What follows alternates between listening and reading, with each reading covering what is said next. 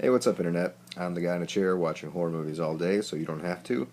I will give you my opinion on a horror flick, then give you a brief synopsis and critique with spoilers. So today I'm looking at Veronica, which came out in 2017 but was recently released on Netflix. It's been generating some internet buzz lately, and I was pretty stoked to see this movie. It's directed by Paco Plaza, who directed Rec 1 through 3, the Spanish versions, infinitely superior Spanish versions, I must say. So I had high hopes for this movie.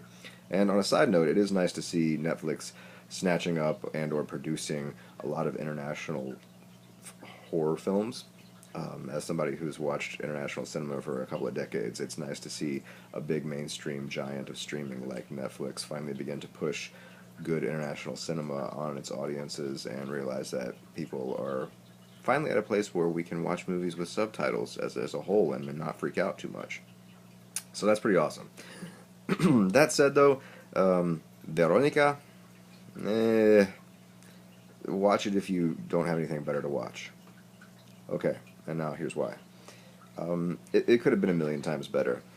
It's very standard fare, and at an hour and 45 minutes long, it just sort of leaves you wondering why there couldn't have been more. I mean, it's just the typical story of some kids who play with a Ouija board, this time during a lunar eclipse in 1991 in Madrid, and a girl becomes possessed by a demon. She's trying to contact her dead dad, but instead gets a demon. I mean, this is not new ground at all. It's been tread in such movies as Ouija and Ouija 2, and pretty much any movie where somebody uses some sort of means to contact someone beyond the grave and some sort of necromancy and then reaps the whirlwind.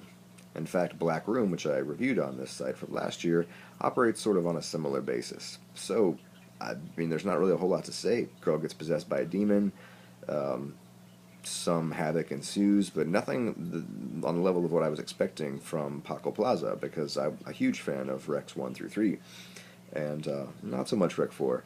But the Rec series were great, and so I don't know why he didn't go full on with this particular film, but it sort of just leaves you knowing what's going to happen, and you sort of figure out well before the end that the girl who is possessed is going to have to die in order to be rid of the demon. So that's sad and everything, but you kind of already figure it out, so it's not unexpected. There just aren't any surprises. However, it is atmospheric, well produced. It's not a bad ride, but I'd say it if you just watch it if you don't have anything better going on in your life, like me. All right.